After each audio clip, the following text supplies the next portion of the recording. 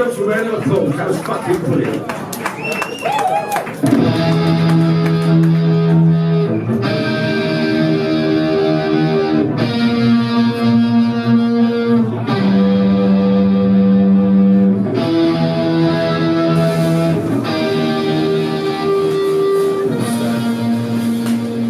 So, ich bin mal wieder im Hafenklang. Das Derby ist gerade bei der Halbzeit und es ist viel passiert, aber noch nichts Bedenkliches. Egal, ich sitze jetzt hier auf der Couch mit Steve Ignorant. That'd be me.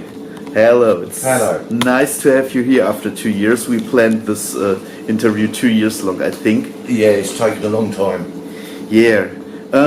Crass Anytime was something like another punk dimension, I think, a little bit. There were bands like 999 and Vibrators and Damned, and there were bands like Crass and Subhumans, like a complete different punk space. Anytime thought a little bit from the music and from the. You want to explain this probably to the younger ones with your words. Well, I think the difference with Crass is that was a unique band that can't be replaced, it can't be copied. Yeah. And I think the reason for that is that none of us were musicians.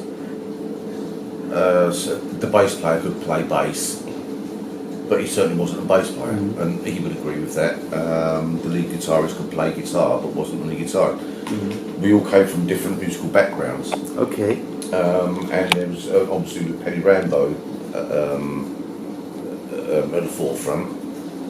It was edging into, and plus everybody was older than me, I was the youngest. Okay. And the others were a bit older and all been to art college or stuff like this and experienced things. I'd only experienced the street. So for me it was interesting to be involved in something like that, which was slightly, if you listen to Crass, you can't call it punk. Yeah, you know, and it's not jazz, it's just Crass. Yeah. And that's the thing. And I don't know how to explain that.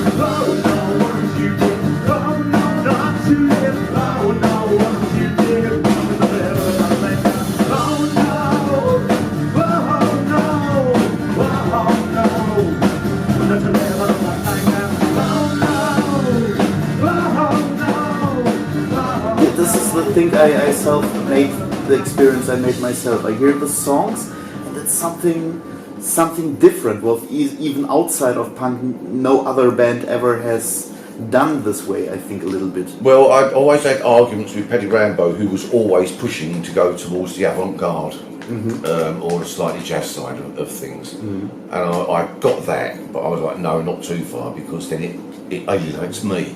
You know, I don't know what's going on here. And I think that the way because we weren't, okay, this has got to be a set of chords, you know, a song, if you write a song, verse, chorus, bridge, chorus, verse, chorus, end. No, who says it has to be that? So we would have the first verse, which would be 20 sentences long, the chorus would be 1, and then it would be 48 to go out. And when we were rehearsing, and working out songs, rather than saying, oh, could you put more treble on your guitar, we would say to each other, make your guitar sound like it's stabbing someone. So you get an atmosphere rather than a sound, which is what we were trying to create, which was a feeling. Yeah. Well, no, that's it. The same is a little bit also with the art design of the covers, with Anytime, the white lines and around, and it was another way, I think, also on a political way. It was a more interested band on this, like a lot of the other UK bands on this time. I think, or not. Explain that. Sorry. So a band more involved in political songs and. Well, we didn't set out to be political. You know, that sort of came afterwards. We were just writing what we felt. And I didn't know the songs I was writing were political. Okay. You know, I thought they were songs that people might sing at the football terraces, for example. You know, that'd be fun. I can't imagine that tonight down at the stadium. Do that as a living, smack. But anyway, so no, I think it was the political thing came from other people, outsiders. You know, well. You know, are you right wing? No. Are you left wing? No. Well, what are you? Well, we don't know. We're just doing this, you know. But all the time, people trying to polarise us, which is why we always try to stay outside of that. Yeah, a lot of people from the more anarchist punk scene were the people who supported Crass when I was younger. I remember. Yeah, but so, but going back to the artwork, I mean, it was very important that the artwork sort of mirrored. Went along with what we were doing musically, so it was black and white because it was cheap. That's the cheapest way of printing. If you all wear black, you haven't got to worry about washing powder because it all comes out black. It was just cutting costs, cut. And to make it, and to prove that if it's cheap, it doesn't have to be rubbish. It can still look. It just takes a bit of. Yeah. So that's what we did. Was Anytime a really good artwork, I think. Oh, absolutely beautiful. Absolutely beautiful artwork. G is just a maestro. She's so fantastic at what she did. So. Where will you be when the party's done? Will you touch one back the candles of the fire? Pretending to the cafe on the corridor. See the army class, white pocket white. Early evening cookers is on into business life. And the business was not cutting with his flow. And you ever wanna look at that so pictures in the pine where the socialist room. Pictures in his books. What did you look like? As he was going from the jungle on the fly. Did you walking on the top for you and I? And those of the big teeth of gas, pop. It is the violence. Look to the road. And wait for me to come to you to punish from your. The son of state. Good to scare.